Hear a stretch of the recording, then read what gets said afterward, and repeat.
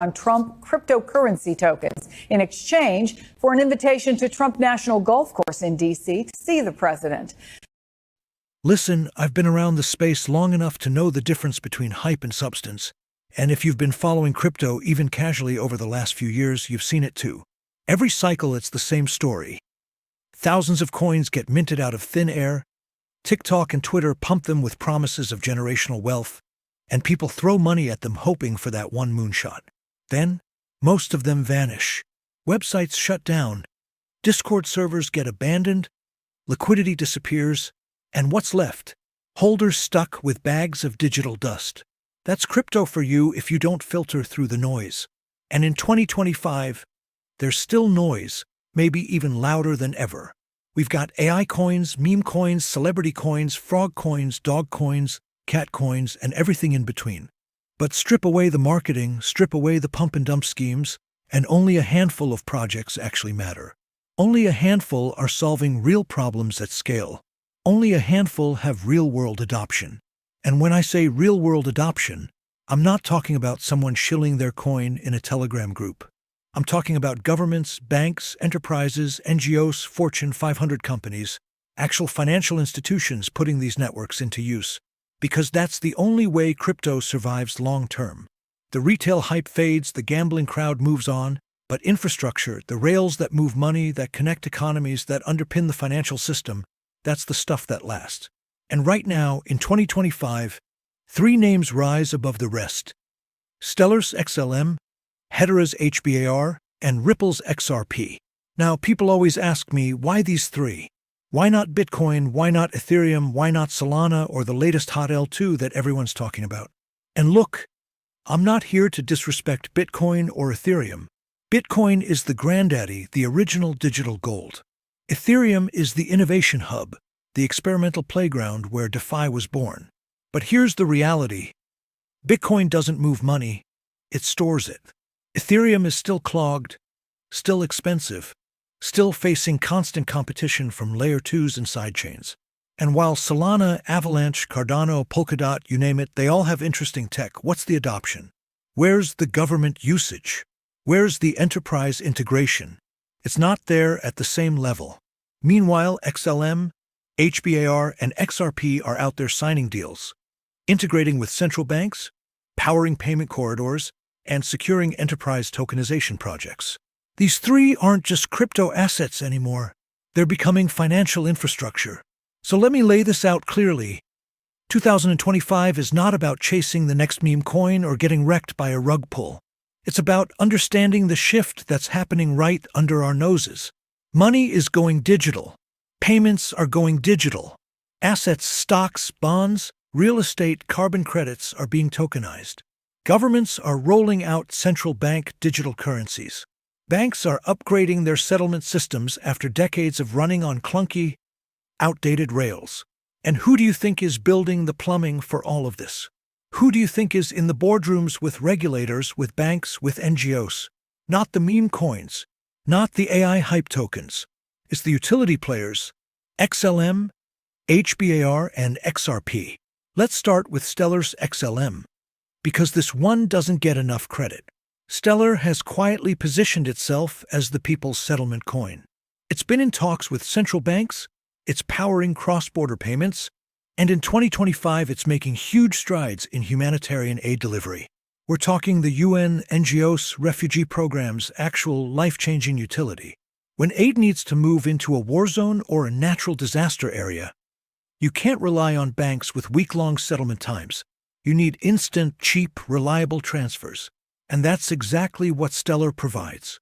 On top of that, Stellar has been working on central bank digital currency pilots, giving governments a lightweight, scalable, interoperable way to launch their CBDCs without building from scratch. It's not about hype. It's about quietly embedding itself into the financial system at the level of governments and humanitarian institutions. Then there's Hedera HBAR, the enterprise blockchain that everyone used to ignore because it didn't have the flashy community hype of Ethereum or Solana. But guess what? While people were laughing at it, Hedera was signing partnerships with Google, IBM, Boeing, and a whole governing council of Fortune 500 giants. And here in 2025, HBAR is running massive tokenization projects. We're talking real-world assets. Everything from supply chain verification to carbon markets to financial instruments. Hedera's unique Hashgraph tech isn't a gimmick. It's what allows for high throughput, finality in seconds, and enterprise-grade performance. They've launched tokenization studios, they've enabled stablecoin deployment, and they're positioning themselves as the go-to platform for businesses that don't want the chaos of Ethereum gas fees or Solana outages. HBAR is the quiet, underrated backbone of enterprise crypto, and it's finally getting the recognition it deserves. And finally, XRP, the most controversial, the most hated, the most resilient coin in crypto history. XRP has been through hell. Lawsuits, delistings, endless FUD. People called it dead 100 times. And yet, in 2025, it's standing stronger than ever. Why? Because Ripple's vision never changed. They wanted to build the world's settlement layer. They wanted to replace outdated SWIFT transfers with something instant, something liquid, something global. And with regulatory clarity now in place, with new banking corridors opening every quarter, with tokenization of treasuries and carbon credits happening on the XRP ledger, XRP is finally living up to its potential. We're seeing ETFs being discussed, we're seeing banks quietly accumulate, we're seeing real adoption. Not hype adoption, real adoption. Put these three together, XLM, HBAR, and XRP, and you've got what I call the trinity of utility. They're not competing in the same lane. XLM is humanitarian and CBDC focused. XRP is bank and liquidity focused. HBAR is enterprise and tokenization focused. Together, they form the pillars of the new financial system that's being built. And people still don't see it because they're distracted by dog coins and AI coins. But the institutions see it. The governments see it. The enterprises see it. And by the time retail catches on, these won't be penny coins anymore. They'll be the backbone of money.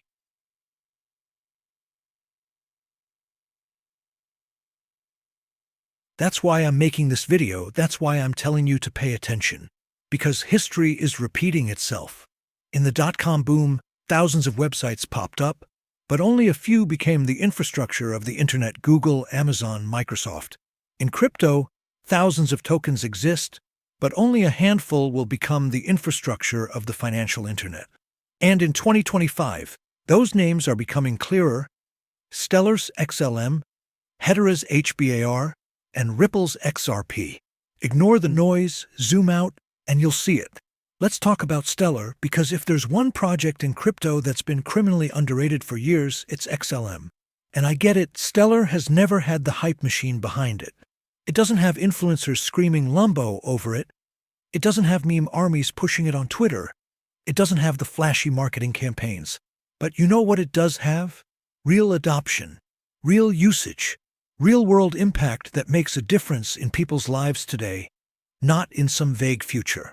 And in 2025, that's becoming crystal clear. Stellar isn't just another crypto.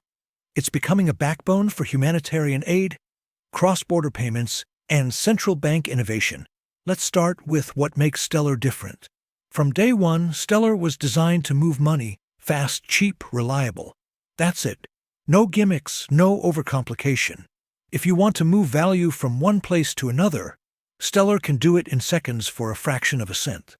And while other blockchains spent years debating governance models or getting stuck in gas fee debates, Stellar just kept building.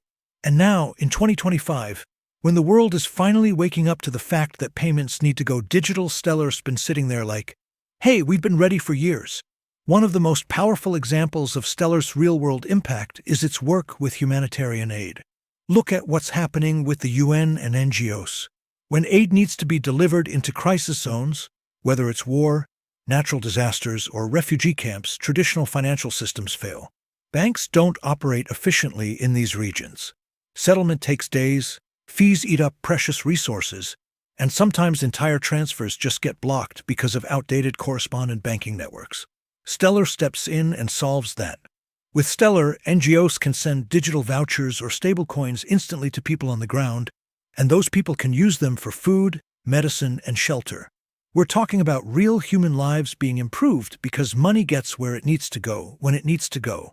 And in 2025, with conflicts and climate disasters happening more frequently, Stellar has quietly become the go-to settlement layer for aid organizations. That's utility you can't fake. But it doesn't stop there. Central banks have started to notice Stellar too. Over the past few years, CBDCs have gone from theory to pilot to rollout, and governments face a huge problem. Building a CBDC infrastructure from scratch is insanely expensive and complex. Why reinvent the wheel when Stellar already has a lightweight, scalable, and interoperable system that can plug right in? That's why we've seen multiple central banks partnering with Stellar for pilots and testing. Stellar gives them the rails, and they layer their national currency on top. Simple, efficient, proven. In fact, one of the biggest moves in 2024 was the announcement of several African and Latin American countries exploring Stellar rails for their CBDCs, and in 2025 those pilots are scaling up. That means Stellar isn't just helping NGOs. It's helping entire governments modernize their money systems. And here's the thing most people don't understand. Stellar and XRP are not enemies.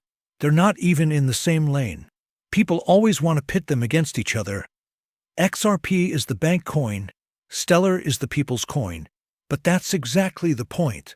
They complement each other.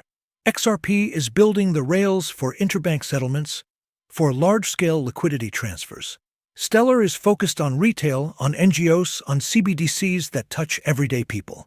Put those two together, and you've got both the top-down and bottom-up sides of the new financial system. XRP moves the big money, Stellar moves the people's money.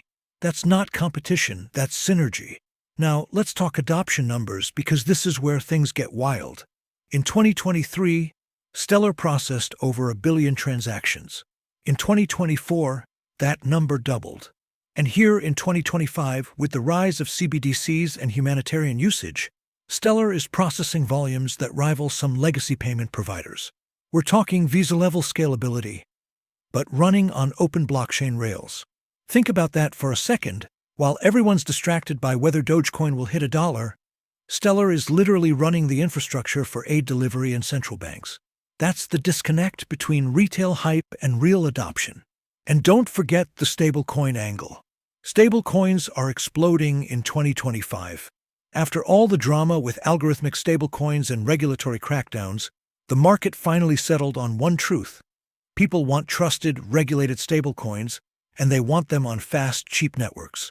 Stellar has become one of the prime homes for stablecoins because it's lightweight, efficient, and doesn't suffer from congestion the way Ethereum does. USDC on Stellar is already being used in cross-border transfers, and new regional stablecoins are popping up too. That means Stellar isn't just a blockchain, it's becoming a marketplace of money. Different currencies, different stablecoins, all flowing through the same network. That's huge. And I can't stress this enough. Stellar has positioned itself perfectly for this exact moment. The world is shifting. Cross-border remittances are a multi-trillion-dollar market. Humanitarian aid requires digital rails. Central banks are under pressure to modernize. Stablecoins are the bridge between crypto and fiat. And Stellar has its hands in all of it. Not in a flashy way, not in a hype-driven way, but in a quiet, focused, relentless way. They just keep building, keep partnering, keep integrating. And while the average retail investor is distracted by the next memecoin pump, Stellar is literally embedding itself into the financial fabric of the world. So here's my take. In 2025, Stellar is the ultimate underdog story. It's the coin that never chased hype but ended up being one of the most important. It's the coin that NGOs and central banks trust, not just crypto degens. It's the coin that proves utility beats noise every single time. And for anyone paying attention, it's one of the clearest asymmetric bets in crypto today. Because while most of the market is gambling, Stellar is building. And history shows that when the dust settles, the builders win. Now let's shift gears and talk about Hedera, because if Stellar is the quiet backbone of inclusion, Hedera is the enterprise machine that almost nobody outside of crypto circles is giving enough credit to. And I'll say this straight, HBAR is criminally underrated in 2025. Why? Because it doesn't scream hype. It doesn't chase the latest meme. It's not fighting for attention with flashy partnerships that never go anywhere. Hedera has done something completely different. It built a governing council of some of the largest corporations in the world, and it turned blockchain into something enterprises can actually trust. Think about it. Google, IBM, Boeing, LG, Standard Bank, Deutsche Telekom, and dozens more sit on Hedera's governing council. These aren't no-name companies. These are household names, trillion-dollar industries represented. And they're not just sitting there with their logos slapped on a website. They're running nodes. They're shaping governance. They're literally building on top of the Hedera network. That's a level of legitimacy that almost no other crypto project can claim. And in 2025, when enterprises are finally starting to lean harder into blockchain for tokenization, supply chain, sustainability tracking, and financial settlements, who do you think they're going to trust? A DAO run by anon-avatars on Twitter, or a network backed by Fortune 500s? Exactly. Now let's talk utility, because this is where Hedera quietly crushes it. The stablecoin studio on Hedera is one of the biggest developments of 2024 that most of crypto Twitter completely slept on. It allows any bank, fintech, or enterprise to mint and manage stablecoins at scale, with compliance baked in. That's a game changer, because in 2025, stablecoins are not just about crypto trading anymore. They're about payroll, remittances, e-commerce, and even government payouts. And Hedera is sitting right there, offering the infrastructure. That's real adoption. Then you've got tokenization of real-world assets. Everyone is talking about RWAs in 2025, whether it's tokenized treasuries, tokenized real estate, or carbon credits. Guess what? A huge amount of that activity is flowing through Hedera. The Guardian platform has already proven itself as a leader in environmental tokenization. You've got projects issuing verifiable carbon credits on Hedera, companies tracking supply chain emissions, and even governments looking at how Hedera can underpin ESG reporting. That's not speculative value, that's value tied directly to trillion-dollar industries. And don't even get me started on transaction volume. If you actually look at the numbers, Hedera consistently processes more transactions daily than most of the big-name blockchains combined. We're talking hundreds of millions of transactions, quietly humming in the background. And no, it's not fake spam. It's adtech, micropayments, NFT royalties, enterprise apps. That's real throughput. That's scale. That's exactly what blockchain was supposed to be about. Millions of people using it without even realizing they're using it. But here's the best part, Hedera isn't trying to replace every other chain. It's not saying we're the only future. It's focused. It's about trust, compliance, scale, and enterprise use cases. That's a lane most crypto projects can't even enter because they don't have the governance, the partnerships, or the technical architecture. Hedera does. And in 2025, that's finally starting to pay off. So when I look at HBAR, I don't see a speculative meme. I see an enterprise-grade public network that's solving problems governments and corporations actually care about: tokenization, ESG, payments, compliance. And just like Stellar, it's undervalued precisely because it's not chasing hype. But here's the thing about utility: eventually the market wakes up. And when it does, the re-rating is explosive. Hedera is playing the long game. And if you've got the patience, if you can look past the noise, you'll see what I see. A sleeping giant that's slowly waking up. And now we get to XRP, and listen, this one is different. Because unlike Stellar and Hedera, XRP isn't just about utility and adoption. It's about a fight. It's about survival. It's about standing toe-to-toe with regulators, getting dragged through years of lawsuits, and still standing tall in 2025.